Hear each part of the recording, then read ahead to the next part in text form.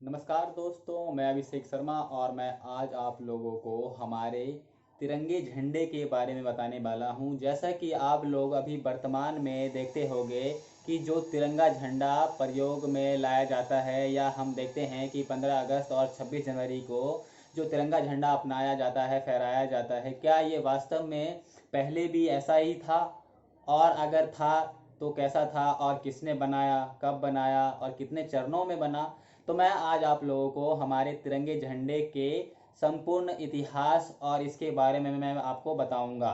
तो हम बात करते हैं इसके पहले झंडे और इसके पहले चरण की बात करते हैं, जो कि अभी आप लोग देखना कि पहले झंडा जो कि ये 1906 में अपनाया गया था, और इसमें आप लोग देखना कि तिरंगा ही है, पर यहाँ आप लोग देखना कि जैसे कि आप लोगों को दिख रहा है कि रंग में इसके क्या डिफरेंस है। सबसे ऊपरी जो पट्टी है इसकी आप लोग देखोगे यहाँ पर हरे कलर की है, फिर पीले कलर की और फिर लाल कलर की।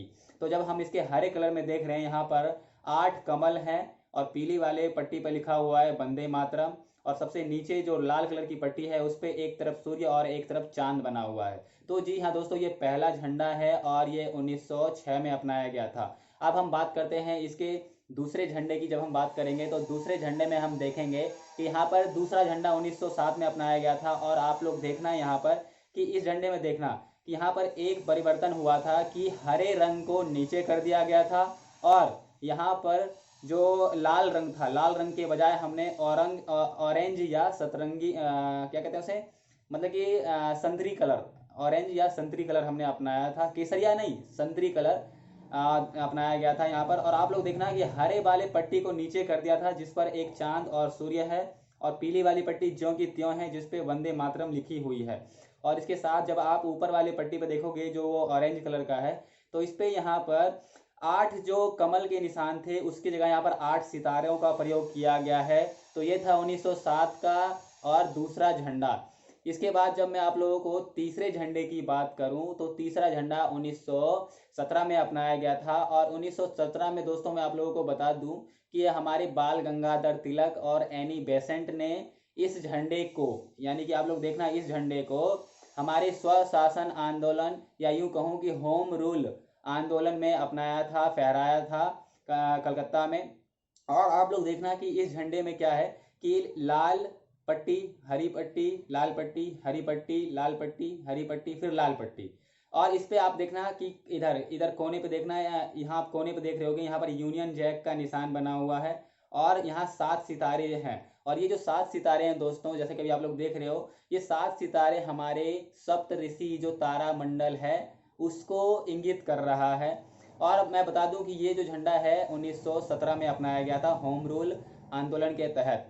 अब इसके बाद दोस्तों मैं इसके चौथे चरण या चौथे झंडे की बात करूंगा। तो वो जो झंडा है वह 1921 में अपनाया गया था, और 1921 के झंडे की जब मैं बात करूं तो यहाँ से हमारे वास्तविक तिरंगे या यूं कहूं कि वास्तविक तिरंगे का एक तरह से रूप निकल जाता है, और जिसे कि बनाया था 1921 में, मतलब कि 1921 में गांधी जी ने कांग्रेस कमेटी की बैठक में कहा था कि हमारा एक झंडा होना चाहिए, या कुछ उन्होंने बस ऐसे ही कहा था।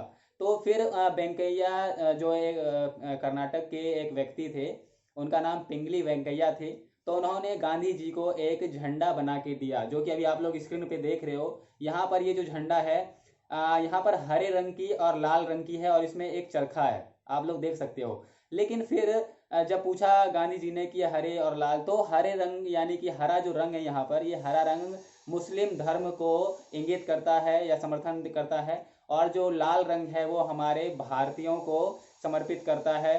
तो यहाँ पर दो धर्मों को यहाँ हम एक कर रहे हैं, और जो ये चरखा है ये गांधी जी के चरखा का निशान था।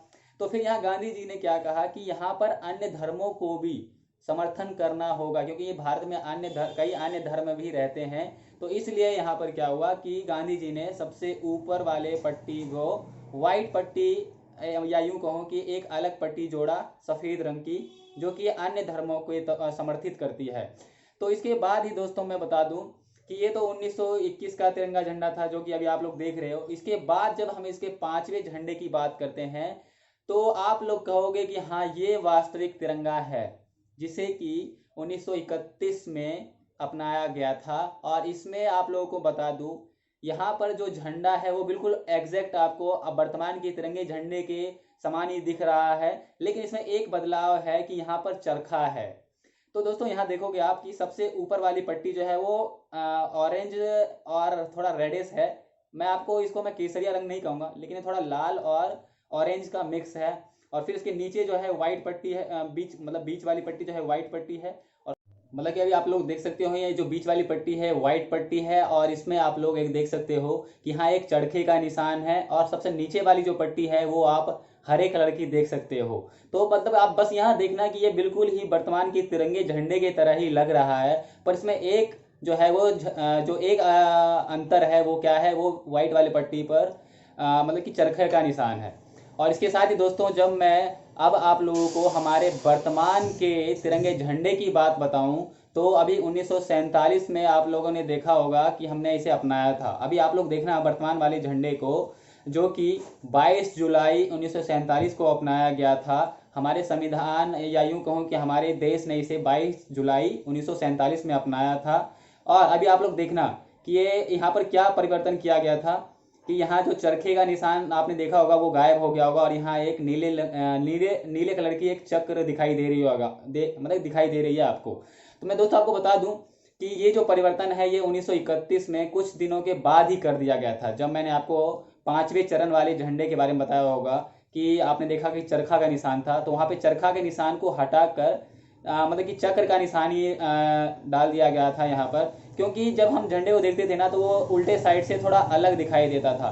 तो इसलिए यहाँ पर क्या किया कि हमने झंडे चरखे से बस उसके चक्र को अपनाया। और मैं आप लोगों को बता दूं कि ये जो चक्र है ये असलियत में जो वास्तव में जो लिया गया था, ये लिया गया था हमारे उत्तर प्रदेश वाराणसी के सारनाथ के अशोक स्तंभ से लिया गया था। आप लोगों ने देखा होगा कि जो हमारा राष्ट्रीय चिन्ह है, जो वो शेर है, आप लोगों ने देखा होगा कि शेर के नीचे एक चक्र होगा, और उसी चक्र को हमने यहाँ झंडे में प्रयोग किया है, जिसके अंदर 24 तीलियां हैं।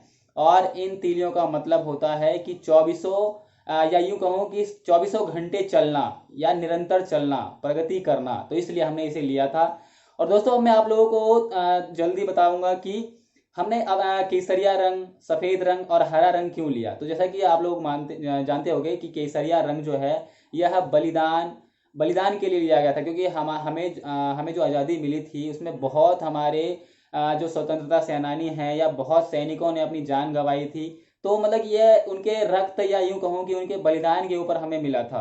और जब हम सफ़ेद रंग की बात करते हैं तो सफ़ेद यानी कि सादगी, सच्चाई और इसका प्रतीक के लिए हमने अपनाया था। उसके बाद जब हम हरे रंग की बात करें तो हरा रंग जो है इसका वर्तमान में जो अर्थ लिया जाता है वो है हरियाली के लिए, कि हमारा जो भारत है वो एक हरा भरा और एक ग्रामीण देश है, जहाँ पर कृषि प्रधान या यूं कहूँ कि कृषि के कार्य में लोग ज़्यादा लगे हुए रहते हैं, इसलिए हरे रंग का वास्तविक अर्थ ये है।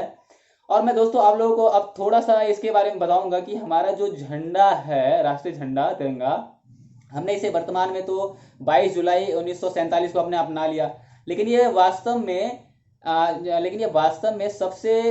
मतलब कि सबसे पहले कब आया। सबसे पहले मतलब कि संविधान ने तो 22 जुलाई को अपना लिया था, लेकिन ये वास्तव में पहली बार भारत में कब दिखा था, तो भारत में दिखा था 15 अगस्त 1947 के दिन ही हमें ये दिखा था। और इसके साथ ही आप लोगों को एक और बात बताऊंगा कि ये क्वेश्चन पूछा भी जाता है कई बार एग्जामों में कि हमारे जो भारतीय झंडा है वह पहली बार विदेश में कब फहराया गया था। तो वो जो है फहराया गया था 1907 में, और 1907 में फहराने वाली महिला का जो नाम है वह थी भीखाजी कामा, जिन्होंने बर्लिन में फहराया था एक अंतर्राष्ट्रीय सम्मेलन में।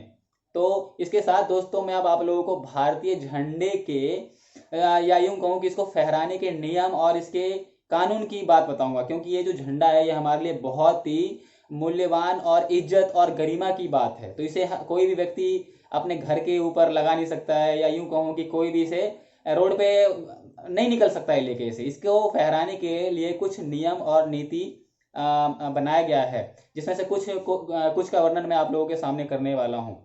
तो जब हम बात करते हैं कि अगर मान लो हम तिरंगे झंडे का रैली में प्रयोग करते हैं, तो रैली में प्रयोग करने का मतलब यह है कि रैली में बंदा तिरंगा झंडा लेके अन्य झंडों के या अन्य लोगों के पीछे नहीं होगा, बल्कि तिरंगा जिसने पकड़ रखा है वो व्यक्ति रैली में सबसे आगे होगा।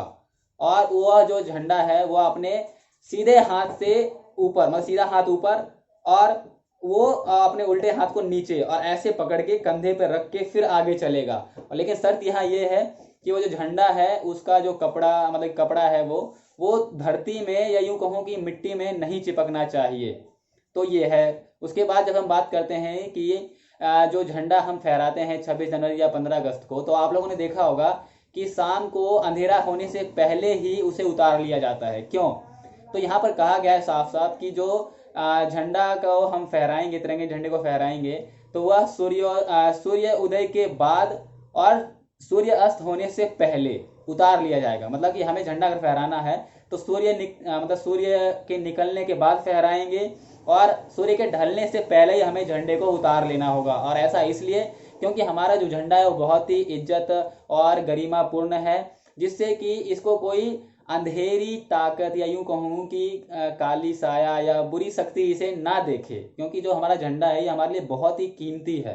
तो इसलिए ऐसा कहा गया है। इसके बाद जब हम देखते होंगे, आप लोग देखते होंगे कि जब हम किसी मित्र राष्ट्र के नेताओं को जब बुलाते हैं, तो आप लोगों ने देखा होगा कि जब वो आते हैं या वो जहाँ बैठते हैं, तो कि उनके देशों का भी झंडा जो है वो हमारे ठीक राइट हैंड साइड में लगा हुआ रहता है। इसका मतलब ये है कि वो हमारे मित्र देश हैं, और दोनों झंडा होगा बराबर होगा, ना कोई ऊपर ना कोई नीचे होगा। तो ये है।